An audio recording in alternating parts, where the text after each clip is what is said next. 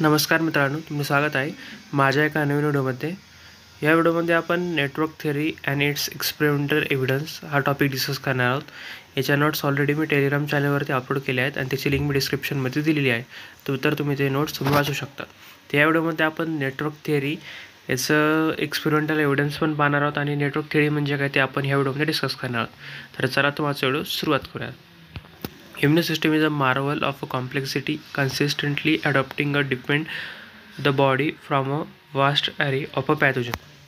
आणि आपल्याला प्रत्येकाला माहिती की जे इम्युनो सिस्टीम आहे त्याचं कॉम्प्लेक्स खूप मोठं आहे आणि जे की आपल्या बॉडीवरती डिफेंड वगैरे करणं किंवा जे काही त्याचे ॲडॅप्टेशन वगैरे आहे अगेन्स्ट दी पॅथोजन ते खूप वास्ट आपल्याला पाहायला मिळतं आणि खूप डिफरंट जे काही पॅथोजन आहे आपल्या बॉडीमध्ये येत असतात, जेणेकरून त्याच्या अगेन्स्ट वेगवेगळे जे काही अँटीजनचे जे अगेन्स्ट जे काही वेगवेगळे अँटीबॉडीज प्रोडक्शन केलं जातं तर किंवा इम्युनो रिस्पॉन्स हा पूर्णपणे त्याच्या अगेन्स्ट जनरेट केला जातो. त्याच्यामुळे आपल्याला समजतं की जे काही इम्युनो सिस्टम आहे ते खूप कॉम्प्लेक्स आणि मार्वल पूर्ण जे काही स्ट्रक्चर असतील किंवा जे काही इव्हेंट्स आहेत ते आपल्याला पाहायला मिळतं. The network theory attempt to explain the complexity by viewing the immuno system as a network of interconnecting cell and molecule rather than the collection of isolated component. आणि हे ज्या नेटवर्क थिअरी आहे त्याच्यामुळे आपल्याला समजतं की जे काही इम्युनो सिस्टीम आहे त्याचं कसं इंटरॅक्ट होतं आहे वेगवेगळ्या नेटवर्कमध्ये, दुसऱ्या सेलसोबत कसं त्याचं इंटरॅक्शन होतं आहे किंवा त्याचं देवाणघेवाण होतं आहे, एखाद्या सिग्नलचं कसं पासिंग केलं जातं आहे किंवा एखाद्या मॉलिक्यूलचं पासिंग केलं जातं आहे किंवा एखाद्या मॉलिक्यूलचं रिकग्निशन कसं केलं जातं आहे एका सेलमध्ये किंवा दुसऱ्या सेलनेसुद्धा ते रिकग्निशन केलं असेल तर दुसऱ्या सेलला ते पाठवतं की मी ऑलरेडी ह्या जे काही मॉलिक्यूलला आहे ते रिकग्नाईज केलेलं आहे. तर तुम्ही याच्या अगेन्स्ट एखादी जर फाईट सिस्टीम उभी करू शकता किंवा एखादा त्याला as a immuno response generator म्हणून सुद्धा वापरू शकतात. तर असे वेगवेगळे जे काही इन्फॉर्मेशन वगैरे असतील इम्युनो सिस्टीममधल्या तर ते नेटवर्क थिअरीमुळे आपल्याला एक्सप्लेन करता येतात. हे जे काही कॉम्प्लेक्सिटी आहे इम्युनो सिस्टीममध्ये ती आपल्याला समजायला या नेटवर्क थिअरीमुळे थोडी मदत होते. तर आता आपण पाहूयात नेटवर्क थिअरी म्हणजे काय. तर पहिला जे काय त्याच्यामध्ये पॉईंट आहे interconnectivity. The immuno cell communicate with each other through a complex way of interaction using the receptor and ligand. आणि जे काही इम्युनो सेल असतात ते कम्युनिकेट करू शकतात through the complex wave interaction using the receptor and ligand.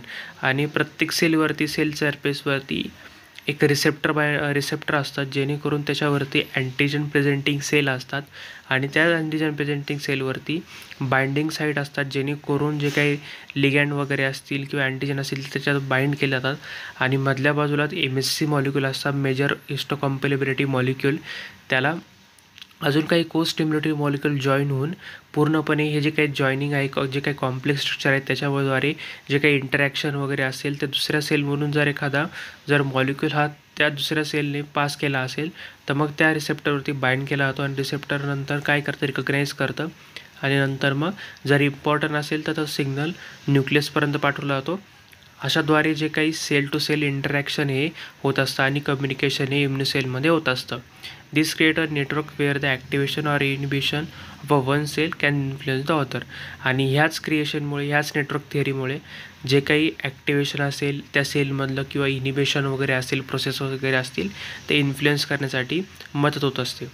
तसंच दुसरा point आहे self regulation. The immuno system can turn it self on and of through a positive and negative feedback loops with in the network. आणि ह्या ज्या काही सिस्टीममुळे ह्या network थिअरीमुळे जी काही immuno system आहे ती ऑफ किंवा ऑन होण्यासाठी मदत होत असते जेणेकरून जे काही पॉझिटिव्ह आणि निगेटिव्ह फीडबॅक आहे नेटवर्कचा तो त्याच्यामुळे मिळू शकतो. This allow for the major response of to threat and prevent the excessive immuno activation. आणि याच्यामुळे काय होतं की आपण जो काही इम्युनो रिस्पॉन्स हायली जनरेट होतो आहे किंवा एक्सेसिव्ह अमाऊंटमध्ये जनरेट होतो आहे तो आपण मेजर वगैरे करू शकतो. जे काही ऑटो इम्युनिटी आहे ती आपण मेजर करू शकतो. तसंच त्याला प्रिव्हेंट करण्यासाठी वेगवेगळे जे काही नेटवर्क जे काही सेल्युलर प्रोसेस वगैरे असतील, ट्रिक्स असेल किंवा जे काही निगेटिव्ह रेग्युलेशन असेल, जे काही थिअरीज आहेत त्याच्याद्वारे जे काही ॲक्सेसिव्ह अमाऊंटमध्ये जो काही इम्युनो रिस्पॉन्स आहे त्याला आपण डिॲक्टिवेट करण्यासाठी ह्या नेटवर्क थिअरीचा वापर करू शकतो. आणि त्याच्याद्वारे आपण मेजर करू शकतो की किती प्रमाणामध्ये जो काही इम्युनो ॲक्टिवेशन झालं आहे ते आपण मेजर करू शकतो या नेटवर्क थिअरीद्वारे. तिसरा पॉईंट आहे immuno memory. The network can store the information about the past encounter with the pathogen enabling the faster and more robust response upon the रिएक्सपोजर. आणि ह्या नेटवर्क थिअरीमुळे आपल्याला काय करतं की जेणेकरून जर इन फ्युचरमध्ये जर तोच पॅथोजन आपल्या बॉडीमध्ये परत एन्काउंटर करत असेल तर त्याच्या अगेन्स्ट आपल्या बॉडीमध्ये ज्या काही अँटीबॉडीज आहेत तो ऑलरेडी प्रोड्यूस केलेल्या असतात. तर मग त्याच अँटीबॉडी स्पेसिफिक अँटीबॉडी त्या अगेन्स्ट पॅथोजनच्या अगेन्स्ट आपण वापरू शकतो. वेगवेगळ्या ज्या काही अँटीजन जे काही अगेन्स्ट जे अँटीबॉडी ते आपण प्रोडक्शन न करता ऑलरेडी त्याच्याबाबतची आपली इन्फॉर्मेशन आपल्या बॉडीमध्ये असते किंवा इम्युनी सिस्टीममध्ये असते, जेणेकरून त्या पॅथोजनला त्यांना माहीत होऊन जातं की हा पॅथोजन आला आहे तर मग ह्याच अँटीबॉडीद्वारे मारलं जाऊ शकतं किंवा त्याला किल केलं जाऊ शकतं. तर ही जी काही इन्फॉर्मेशन वगैरे असेल ती नेटवर्क थिअरीमुळे आपल्याला समजत असते. तसंच आता एक्सपेरिमेंटल एव्हिडन्स पाहूयात आपण. Antigen dose and immuno response. The studies have shown that the low or high doses of antigen can leads to a immunosuppression while the intermediate dose trigger a strong immuno response. आणि काही स्टडीजद्वारे आपल्याला माहीत पडलं आहे की low आणि हाय डोसमुळे जे काही अँटीजन असतात त्याच्या लो डोसमुळे किंवा हाय डोसमुळे जे इम्युनो सेपरेशन वगैरे आहे ती प्रोसेस आहे ती पूर्णपणे जे काही इम्युनो रिस्पॉन्स आहे तो सप्रेस होऊ शकतो. वाईल जे काही इंटरमिडिएट डोजेस असतात म्हणजे इंटरमिडिएट डोजेसमुळे जे काही स्ट्रॉंग इम्युनो रिस्पॉन्स आपल्याला ट्रिगर झालेला पाहायला मिळतो. तर आणि तसंच आपण पाहिलं तर की लो डोजेसमुळे जे काही इम्युनो रिस्पॉन्स आहे तो कमी प्रमाणात जनरेट होतो, पण हाय डोजेसमुळे जास्त प्रमाणामध्ये जो काही इम्युनो रिस्पॉन्स आहे तो जनरेट होत असतो.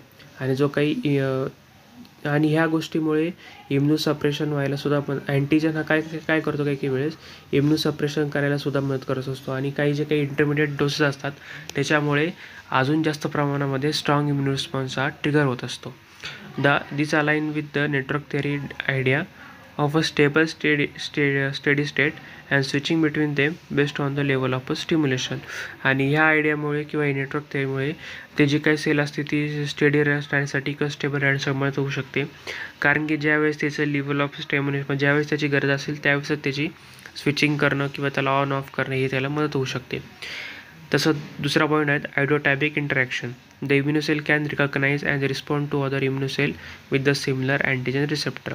आणि जे काही इम्युनोसेल असतात त्या रिकॉग्नाइज करू शकतात किंवा रिस्पॉन्ड करू शकतात, जेणेकरून दुसऱ्या इम्युनोसेल असतील त्याच्यासोबत जो काही अँटीजन रिसेप्टर आहे त्याच्यासोबत ते रिकॉग्नायझेशन किंवा त्याचं रिस्पॉन्ड वगैरे ते करू शकतात. This suggest a network of interaction between the immunocell themselves not just with the pathogen. आणि जर एखाद्या सेलला स्वतः दुसऱ्या सेलसोबत इंटरॅक्शन करत असेल तर त्याच्यावरती अँटीजन रिसेप्टर म्हणजे EPC हे प्रेझेंट असतात. त्याच्याद्वारे ज्या काही इम्युनोसेल असतील त्या रिकॉग्नाइज करतात आणि रिस्पॉन्ड दोघांमध्ये चालू होतं. आणि जेणेकरून जो काही सिग्नलिंग असेल किंवा एखादा मॉलिक्यूल पास करायचा असेल त्याच्यामध्ये ते मदत होत असते. तर हे आपल्याला माहिती आहे की पॅथोजनच्या अगेन्स्ट होत असतं, कारण की पॅथोजन हा रिसेप्टरच्या बाइंड होतो आणि नंतर मग सिग्नलिंग होतं. पण इम्युनोसेलमध्ये जर एखादी इम्युनोसेल एखाद्या रिसेप्टरला दुसऱ्या इम्युनोसेलच्या रिसेप्टरला बाइंड झाली तर त्याच्यामध्ये सुद्धा हे जे काही रिकग्निशन आणि रिस्पॉन्ड वगैरे आहे ती प्रोसेस ही घडून येत असते. जेणेकरून जर एखाद्या सेलला दुसऱ्या सेलपर्यंत काही सिग्नल पाठवायचा असेल त्याच्याद्वारे केलं जातं. तर त्याला म्हटलं आता आयडोटॅपिक इंटरॅक्शन. तर लास्ट पॉईंट आहे स्पेसिफिसिटी आणि degeneracy. The immuno system can recognise a vast area of antigen with a high specificity. आणि जे काही इम्युनो सिस्टीम आहे ती वेगवेगळे जे काही अँटीजन असतील त्याची जी काही हाय एफिशियन्सी असेल किंवा स्पेसिफिसिटी असेल ते रिकॉग्नाइज करायसाठी वापरू शकतात. There also a degree of a degeneracy while the similar antigen can trigger the similar response. आणि काही वेळेस काय होतं जे काही अँटीजन असतील ते सिमिलर रिस्पॉन्स म्हणजे ते काही अँटीजन काय असतात एकच अँटीजन काही वेळेस नाही येत, काय की 2-3 अँटीजन हे बॉडीमध्ये एंटर करत असतात किंवा त्या सेलमध्ये एंटर करत असतात. ते काय करतात एकाच वेळेस सिमिलर रिस्पॉन्स हा जनरेट करत असतं इम्युनो रिस्पॉन्स, जेणेकरून this can be explain by network ability to integrate the information from various receptor. आणि ज्यावेळेस काय केलं तर मग रिसेप्टर काय करतं यावेळेस जर 1-2-3 अँटीजन सिमिलर रिस्पॉन्स जनरेट करत असतील तर मग त्यावेळेस काय होतं की सेलला वाटतं की एकच आलेलं आहे, एकच अँटीजन आलेलं आहे. पण जे रिसेप्टर काय करतं ते पूर्णपणे इन्फॉर्मेशन इंटिग्रेट करतं या नेटवर्क ॲबिलिटीद्वारे आणि पूर्णपणे एक्सप्लेनेशन करून मग नंतर न्यूक्लियसपर्यंत पाठवतं की एकाच अँटीजन म्हणजे 2-3 अँटीजन सिमिलर रिस्पॉन्स जनरेट करत आहे, तर तुम्ही त्या 2-3 जे काही अँटीजन एंटर झाले त्याच्या अगेन्स्ट इम्युनो रिस्पॉन्स जनरेट करावा.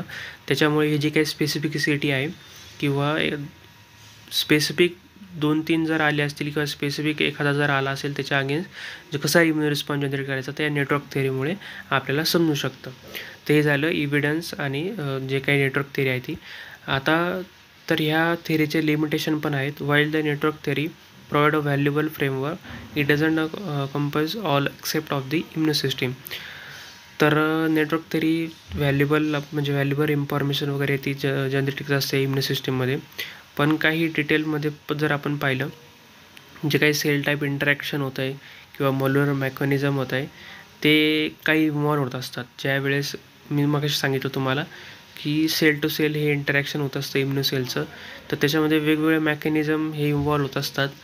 ते याच्यामध्ये अनरिव्हील आहे का कोणत्या मेकॅनिझमद्वारे जे काही इम्युनो सेल त्याच्या पूर्णपणे सिग्नलिंग पाथवे वगैरे आहेत किंवा ती ट्रान्सलोकेशन आहे मॉलिक्युलचं ते कसं होतं आहे आणि वेगवेगळे मेकॅनिझम याच्यामध्ये समजत नाही आणि कोणत्या मेकॅनिझमद्वारे ते दोघं एकत्र येत आहेत त्या सेललाच कसं काय समजतं आहे की ही सेल दुसरी सेल आहे. वेगवेगळे जे काही मेकॅनिझम त्याच्यामध्ये इन्व्हॉल्व आहे ते अजून अनरिव्हील आहे आणि ते अजून समजायला अजून हे नेटवर्क थेअरीचा उपयोग होत नाही आहे. तर हे त्याचं लिमिटेशन आहे एक की जेणेकरून जे काही मेकॅनिझम आहे ते समजायला थोडं हार्ड जातं आहे, पण बाकी जे इन्फॉर्मेशन वगैरे आहेत ती आपल्याला ह्या नेटवर्क थेअरीमुळे समजते.